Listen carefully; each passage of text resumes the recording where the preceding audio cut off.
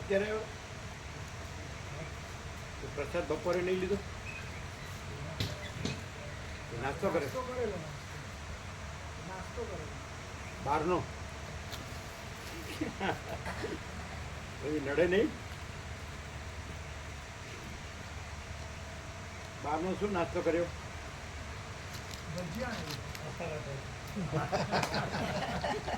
મજા પડી ગઈ. ભજીયા ને ચટણી અને ચા તો કોફી ખાઈ નહીં, ખાલી ભજીયા ને ચટણી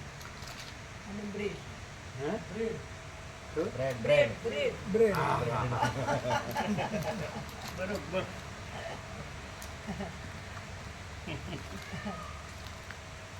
અહીંથી લઈ જવું પડે ને પ્રસાદ, અહીંથી લઈ જવું પડે ને. અહીં તો આ લોકો નો કે ત્યાં સુધી મગાય નહીં ને. હા, અરે માગીને લેવાય. આ તો નાનજી દાદાનું કલ્યાણ ધામ છે, આ ક્યાં કોઈના બાપ નથી. હવે તમને યાદ કરીને એને આવું હોય તો આપવા. કેરી બેરી બધું, હા અહીં તો બધું હોય, કેરી હોય, કચરો ખાવા કરતા એમ કેટલું જોવે. થોડું બીજું બાજુનો રોટલો પણ હોય ને, મરચાં હોય, કેરી હોય, ચાલે. બજારનું બધું હલકું હોય, રોગ કરે, રોગ બધું નડે, બ્રેડે નડે, સારું નહીં. મેંદો હોય ને, મેંદો નડે.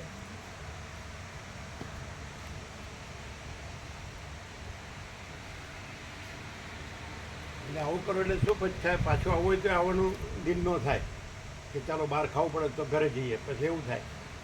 અને અહીંયા આવવું હોય તો અહીંથી લઈ ગયા હોય ચોખ્ખું હે ને, તો પછી આવવાનું દિન થાય. ચાલો તત્વ બધી શાંતિમાં જઈએ. હાલ આવ્યો, અહીંથી લઈ જવાનું. હવે આપવાનું યાદ કરીને, તમારે યાદ કરીને આપવાનું.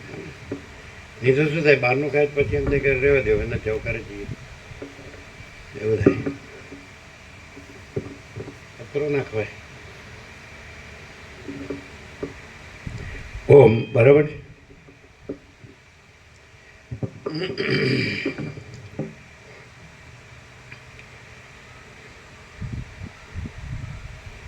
परम चिदाकाश,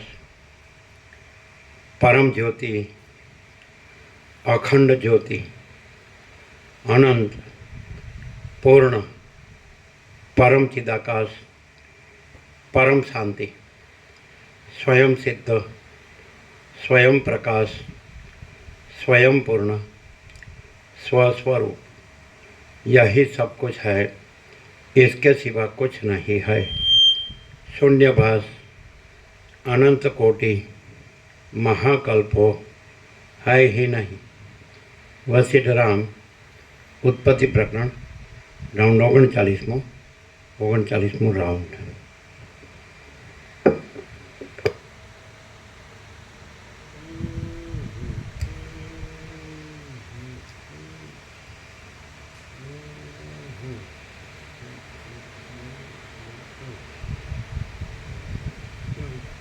ચાલો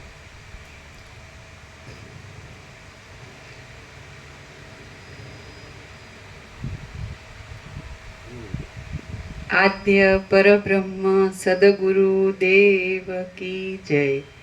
ઓમ શ્રી પરમાત્મને નમઃ. સદગ્રંથોમાં શિરોમણી શ્રી યોગ વાસિષ્ઠ મહારામાયણ ઉત્પત્તિ પ્રકરણ પાના નંબર 128. સર્ગ 7મો. જગતના મૂળ રૂપ પરમાત્માનું નિરૂપાધિક તત્વ.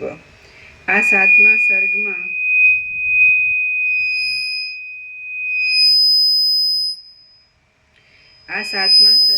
આગળ બ્રહ્મા આદિ જગતના મૂળરૂપ જે દેવનું નિરૂપણ કર્યું છે તે દેવનું નિરૂપાધિક તત્વ કહેવામાં આવશે. રામ બોલ્યા, હે બ્રહ્મન, તમે કહી ગયા કે એ દેવના જ્ઞાનથી મુક્તિ થાય છે. બ્રહ્મા નહીં, બ્રહ્મ. હે બ્રહ્મન, તમે બ્રહ્મા બોલ્યા, બ્રહ્મા ન બોલ્યા. બ્રહ્મા બોલ્યા કે નહીં? કોણે સાંભળ્યું? તમે સાંભળ્યું? અમે સાંભળ્યું.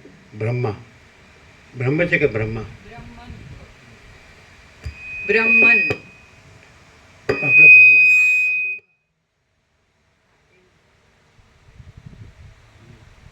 બ્રહ્મણ એની કરતાં બ્રહ્મ સીધું જ કયો ને. બ્રહ્મણ કયો ને પાછું હે ને બીજું સમજાય બ્રહ્મ હે ને.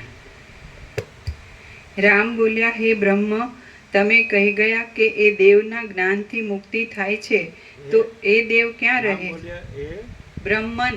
બ્રહ્મ. હા, એ તો હા એ બ્રહ્મણ બરાબર છે. એ બ્રહ્મણ એ સંબોધન છે બરાબર છે. બ્રહ્મણ બરાબર છે. એ નહીં, તમે જે આગળનું વાક્ય બોલ્યા એમાં બ્રહ્મા શબ્દ બોલ્યા. વાંચો. બ્રહ્મણ બરાબર કરજો. હા, એ બ્રહ્મન તો એમ જ બરાબર જ છે બોલવામાં. બરાબર જ. હા. આ 7મા સર્ગમાં આગળ બ્રહ્મા આદિ જગતના મૂળરૂપ જે હા. દેવનું એ નિરૂપણ. બ્રહ્મા છે ને એ બ્રહ્મ આવે. હા. જે એકચ્યુઅલી જે સંદર્ભ કીધો એ દેવાય, પછી બીજે નો વયું જવાય. બ્રહ્મણને નથી કીધું અમે, આ બ્રહ્માને અમે કીધું. અચ્છા. એ બ્રહ્મ મૂળ તત્વ બ્રહ્મ કહેવાય, બ્રહ્મા નો કહેવાય. એટલે સંકલ્પ કલ્પના છે. એટલે વેદ વેદાંત એ સંકલ્પ કલ્પના છે. કારણ કે બ્રહ્માની સંકલ્પ કલ્પનામાં વેદ વેદાંતની સંકલ્પ કલ્પના, એમાં સૃષ્ટિની સંકલ્પ કલ્પના. એવું. હવે 39મા રાઉન્ડમાં તો ભૂલ ન થાય, ભૂલા ન પડે. પછી હવે જે ભૂલે ને એના પછી પરમપદ રહેવું મુશ્કેલ છે. પરમપદ એટલે પરમપદ, પૂર્ણ વિરામ. પછી બીજું હોય તો એ કાંઈ નહીં.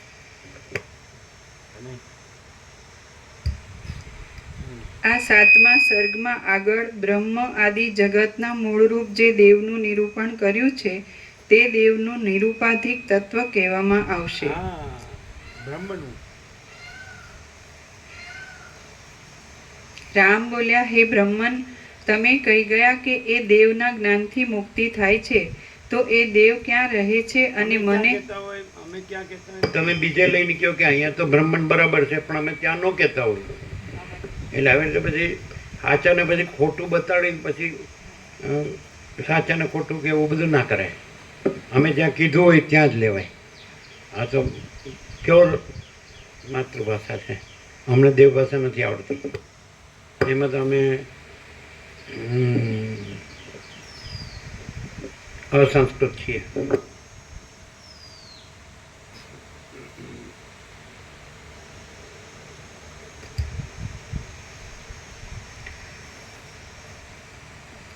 રામ બોલ્યા, હે બ્રહ્મન, તમે કહી ગયા કે એ દેવના જ્ઞાનથી મુક્તિ થાય છે, તો એ દેવ ક્યાં રહે છે? અને મને તેમની પ્રાપ્તિ શી રીતે થાય? આ તમે મને કહો.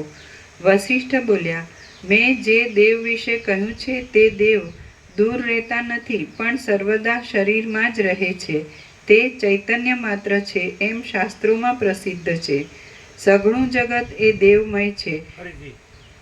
વશિષ્ઠ બોલ્યા, મેં જે દેવ વિશે કહ્યું છે તે દેવ દૂર રહેતા નથી, પણ સર્વદા શરીરમાં જ રહે છે. બ્રહ્મની જ વાત થઈ ને, એટલે બ્રહ્મ નો કહેવાય, બ્રહ્મ.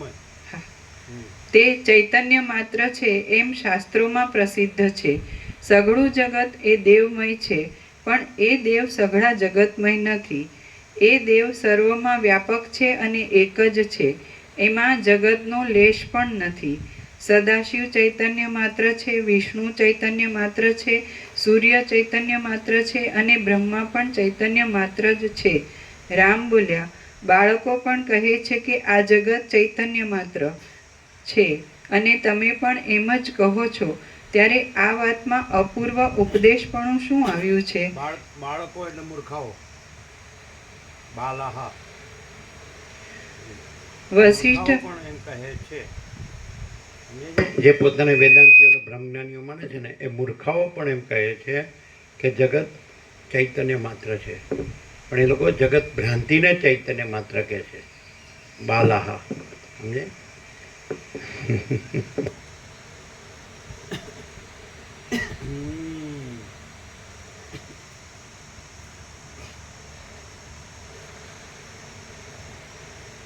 હવે કેવી રીતે ખબર પડે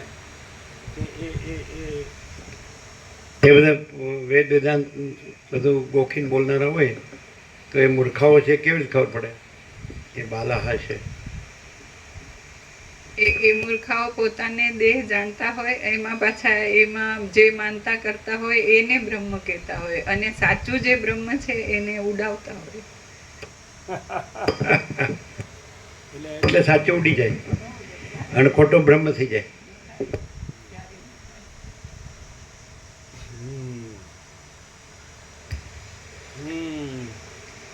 વશિષ્ઠ બોલ્યા, હે રામ, તમે જીવને ચૈતન્ય સમજીને જગતને તે રૂપ સમજ્યા છો. આથી હજી તમે સંસારનો નાશ થાય એવી સાચી વાત કંઈ જ સમજ્યા નથી. હે રામ, આ સંસાર રૂપ જીવ પશુ કહેવાય છે, તો તે ચૈતન્યમાં મૂર્ખા એમ લાગે કે હું સૃષ્ટિ બ્રહ્મનિષ્ઠ છું. જીવને જગતને આથી હજી તમે સંસારનો નાશ થાય એવી સાચી વાત કંઈ જ સમજ્યા નથી. હે રામ, આ સંસારરૂપ જીવ પશુ કહેવાય છે, તો તે ચૈતન્ય માત્ર દેવ હોય ખરો? એ જીવ તો દેહનું ગ્રહણ કરીને જરા તથા મરણ આદિ અનેક ભયને ભોગવે છે. એ જીવ નિરાકાર છે તો પણ અજ્ઞાની છે અને દુઃખના જ પાત્રરૂપ છે. તેથી તેને ચૈતન્ય માત્ર દેવ કેમ કહેવાય? એટલે ચિદાભાસ નથી, અને ચિદાભાસને ચિદાકાશ ન કહેવાય. ચૈતન્યનો આભાસ છે. જીવ જગત છે ચૈતન્યનો આભાસ છે, ચૈતન્ય નથી. ચિદાકાશ છે એ ચૈતન્ય છે, બ્રહ્મ છે એ ચૈતન્ય છે.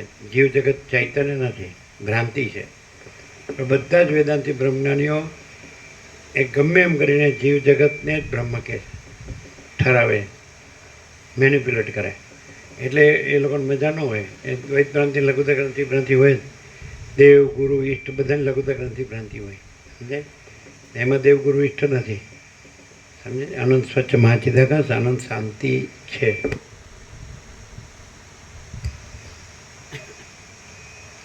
જીવ પોતે ચેતન શક્તિવાળો હોવાથી અનર્થરૂપ મનને જાગ્રત કરે છે અને પોતે મનરૂપ થઈને રહે છે. આથી તે દુઃખના પાત્રરૂપ જ છે. વિષયોથી રહિતપણું અથવા તો વિષયોથી દૂર રહેવાપણું એ પરમાત્માની સંપૂર્ણ સ્થિતિ છે.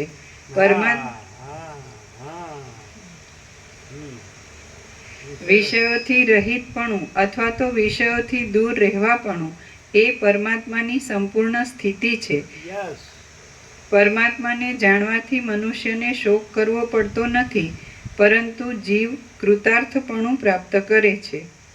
જ્યારે સઘળા કારણોના કારણરૂપ એવા પરમ સ્વરૂપનો અનુભવ થાય છે, ત્યારે જડના તથા ચૈતન્યના અધ્યાસરૂપ ગાંઠ છૂટી જાય છે.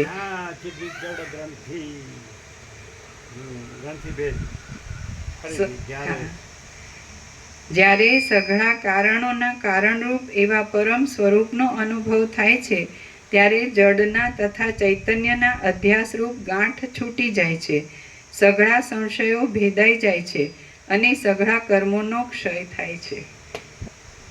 જીવ જે વિષયો તરફ ખેંચાય છે તે વિષયોનો અભાવ કર્યા વિના રોકી શકાય એમ નથી, અને પ્રત્યક્ષ દેખાતા વિષયોનો અભાવ જ્ઞાન વિના થાય એમ નથી. તો પછી જ્ઞાન થયા વિના મોક્ષ પણ ક્યાંથી થાય? સમાધિ પણ દ્રશ્ય એવા વિષયોનો બાદ કરવાથી થાય છે, ત્યારે મોક્ષમાં દ્રશ્ય વિષયોનો બાદ કરવાની આવશ્યકતા હોય તેમાં તો કહેવું જ શું?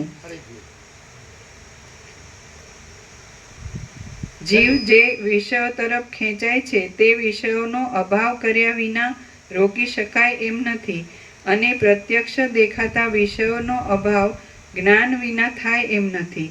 તો પછી જ્ઞાન થયા વિના મોક્ષ પણ ક્યાંથી થાય? સમાધિ પણ દ્રશ્ય એવા વિષયોનો બાદ કરવાથી થાય છે, ત્યારે મોક્ષમાં દ્રશ્ય વિષયોનો બાદ કરવાની આવશ્યકતા હોય તેમાં તો કહેવું જ શું? રામ બોલ્યા, હે બ્રહ્મન, નિરાકાર છતાં પણ પશુ જેવા અજ્ઞાની જે જીવને જાણવાથી સંસાર જન્મ મરણરૂપ પ્રવાહ ટળતો નથી, તે જીવ ક્યાં રહે છે અને કેવો છે? વળી હે બ્રહ્મન, સંસારરૂપી સમુદ્રમાંથી તારનાર પરમાત્મા મહાત્માઓના તથા ઉત્તમ શાસ્ત્રોના સંગથી જે જાણવામાં આવે છે તે ક્યાં છે અને કેવા છે?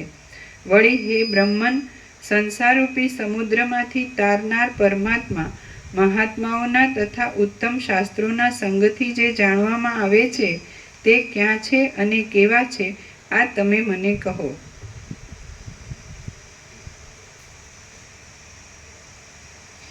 વસિષ્ઠ બોલ્યા, ચેતન રૂપવાળા અને જન્મ મરણ આદિ જંગલમાં ભટકતા આ જીવને જેઓ આત્મા માને છે તેઓ પંડિત છતાં મૂર્ખ છે. હા, ફરીથી. વસિષ્ઠ બોલ્યા, ચેતન રૂપવાળા અને જન્મ મરણ આદિ જંગલમાં ભટકતા આ જીવને જેઓ આત્મા માને છે તેઓ પંડિત છતાં મૂર્ખ છે. જીવ ચેતન છતાં પણ સંસારરૂપ છે અને દુઃખના સમૂહ રૂપ જ છે. માટે એ જાણવાથી કોઈ પણ ઠેકાણે કોઈ પણ તત્વ જાણવામાં આવ્યું હોય એમ સમજવું જ નહીં. જીવ ચેતન છતાં પણ સંસારરૂપ છે અને દુઃખના સમૂહ રૂપ જ છે. માટે એ જાણવાથી કોઈ પણ ઠેકાણે કોઈ પણ તત્વ જાણવામાં આવ્યું હોય એમ સમજવું જ નહીં. પણ હે રામ, જો પરમાત્મા જાણવામાં આવે તો જેમ ઝેરનો આવેશ શાંત થતાં વિસૂચિકા શાંત થઈ જાય છે તેમ સઘળા દુઃખોનો સમૂહ પણ શાંત થઈ જાય છે. રામ બોલ્યા, હે બ્રહ્મન, મને પરમાત્માનું ખરું સ્વરૂપ કહો કે જે જાણવાથી મારું મન સર્વ મોહને તરી જાય. વસિષ્ઠ બોલ્યા, આપણું જ્ઞાન એક પ્રદેશમાંથી પલકવારમાં બીજા પ્રદેશમાં પહોંચે છે. તે વખતે તે બંને પ્રદેશના સંબંધથી રહિત એવું જે તેનું નિર્વિષય સ્વરૂપ પ્રતીત થાય છે તે પરમાત્માનું સ્વરૂપ છે. વસિષ્ઠ બોલ્યા, આપણું જ્ઞાન એક પ્રદેશમાંથી પલકવારમાં બીજા પ્રદેશમાં પહોંચે છે. તે વખતે તે બંને પ્રદેશના સંબંધથી રહિત એવું જે તેનું નિર્વિષય સ્વરૂપ પ્રતીત થાય છે તે પરમાત્માનું સ્વરૂપ છે.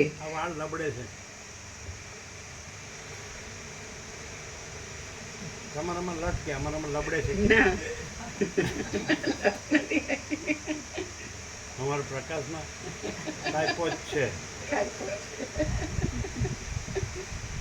પેલી ખબર છે આ ગોવાપુર ચિરંજીવ દિલીપ એવો અહીં સુધી રાખતી ત્યાં અહીં સુધી આમ જોયું છે. પછી મળી મળી આમ કરીને મળી મળી દેવથી ગઈ લાડો. તમને ખબર છે? તમે કોને ખબર? અમને મણી માડીની નથી ખબર. આ માતાજીને જોયા રેખામાં એ ખબર નહીં, ગોવા પ્રભુના. પણ આમ એટલે સુધી આંખોમાં આમ દેખાય નહીં તો આંખો પછી મળી મળી આમ કરી.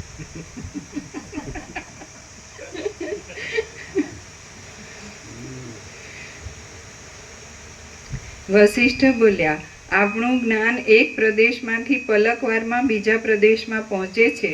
તે વખતે તે બંને પ્રદેશના સંબંધથી રહિત એવું જે તેનું નિર્વિષય સ્વરૂપ પ્રતીત થાય છે તે પરમાત્માનું સ્વરૂપ છે.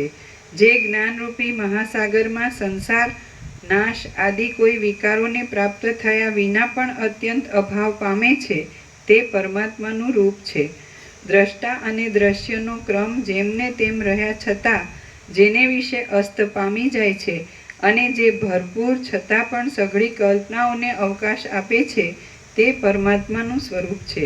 જે અશૂન્ય છતાં પણ શૂન્ય જેવું પ્રતીત થાય છે, જેમાં વાંજણીના પુત્ર જેવું આ જગત રહ્યું છે અને જે પોતાનામાં અનંત બ્રહ્માંડો રહેતા હોવા છતાં પણ તેમનાથી રહિત છે તે પરમાત્માનું સ્વરૂપ છે.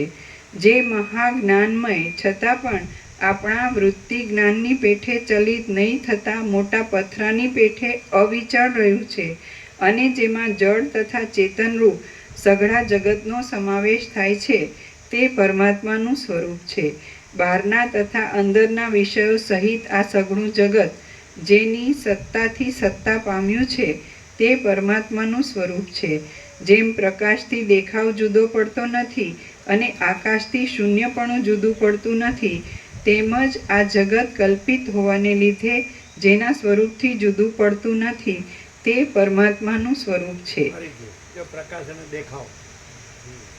જેમ પ્રકાશથી દેખાવ જુદો પડતો નથી અને આકાશથી શૂન્યપણું જુદું પડતું નથી, તેમજ આ જગત કલ્પિત હોવાને લીધે જેના સ્વરૂપથી જુદું પડતું નથી તે પરમાત્માનું સ્વરૂપ છે. રામ બોલ્યા, જે પરમાત્મા જોવામાં આવતા નથી તે જ એક સત્ય છે એમ કેમ જાણી શકાય? ને આવડું બધું પ્રત્યક્ષ જણાતું આ જગત સગળું મિથ્યા છે એ શી રીતે મનમાં ઉતરે? વસિષ્ઠ બોલ્યા, આ જગતરૂપી ભ્રમ જેમ આકાશમાં લીલા કાળા રંગ ભ્રમને લીધે જોવામાં આવે છે તેમ ઉત્પન્ન થયો છે. જો તેના અત્યંત અભાવનું જ્ઞાન દ્રઢ રીતે થાય તો તેનું અધિષ્ઠાન બ્રહ્મ સ્પષ્ટ જાણવામાં આવે છે. બીજી કોઈ ક્રિયાથી તે જાણવામાં આવતું નથી. વસિષ્ઠ બોલ્યા, આ જગતરૂપી ભ્રમ જેમ આકાશમાં લીલા કાળા રંગ ભ્રમને લીધે જોવામાં આવે છે તેમ ઉત્પન્ન થયો છે. જો તેના અત્યંત અભાવનું જ્ઞાન દ્રઢ રીતે થાય તો તેનું અધિષ્ઠાન બ્રહ્મ સ્પષ્ટ જાણવામાં આવે છે. બીજી કોઈ ક્રિયાથી તે જાણવામાં આવતું નથી. દ્રશ્યના અત્યંત અભાવને દ્રઢ કર્યા વિના બ્રહ્મને જાણવાનો બીજો કોઈ પણ સારો ઉપાય નથી. જેવી સ્થિતિમાં છે તેવી જ સ્થિતિમાં રહેલા આ જગતનો અત્યંત અભાવ સમજાય છે. પણ એમ થઈ જાય કે આ જગત ભ્રમ અસત્ય છે એટલે કાંઈ નથી, તો પછી ત્યાં બ્રહ્મ જ છે. પણ આ તો બધા જગતનો ભ્રમ છે ને એ ખાલી બોલે જ છે અસત્ય છે, બાકી એ જ સાચો માનીને જ વર્તે છે, એટલે બ્રહ્મનો અનુભવ થતો નથી. અને જેને જગત ભ્રમ કાંઈ નથી એવું છે એ લોકોને બ્રહ્મનો અનુભવ છે. અને પોતે પછી બધું એ બ્રહ્મ જ બ્રહ્મરૂપ છે. જગત ભ્રમ બ્રહ્મરૂપ નથી, અહમ ભ્રમ બ્રહ્મરૂપ નથી. અહમ ભ્રમ છે જ નહીં, જગત ભ્રમ છે જ નહીં, અને બ્રહ્મ જ બ્રહ્મ છે. તો ત્યાં પછી એ રહેલું છે, સગુણ બ્રહ્મ છે, સ્વયં બ્રહ્મ છે, કેવળ બ્રહ્મ છે. તો બ્રહ્મ રહેલું છે એ રહેલું છે, અને અહમ ભ્રમ અને જગત ભ્રમ રહેલો જ નથી. જેને આ ભ્રમ સાચો લાગે ને એને બ્રહ્મ બોલવાનું જ હોય, અને જેને આ ભ્રમ કાંઈ નથી ને હું અહમ અને જગત, તો એ બ્રહ્મરૂપ જ છે. બોલો એમ છે. ત્યારે 39મો રાઉન્ડ છે પણ પહેલી વાર સાંભળતા હોય એવું લાગે. વાહ.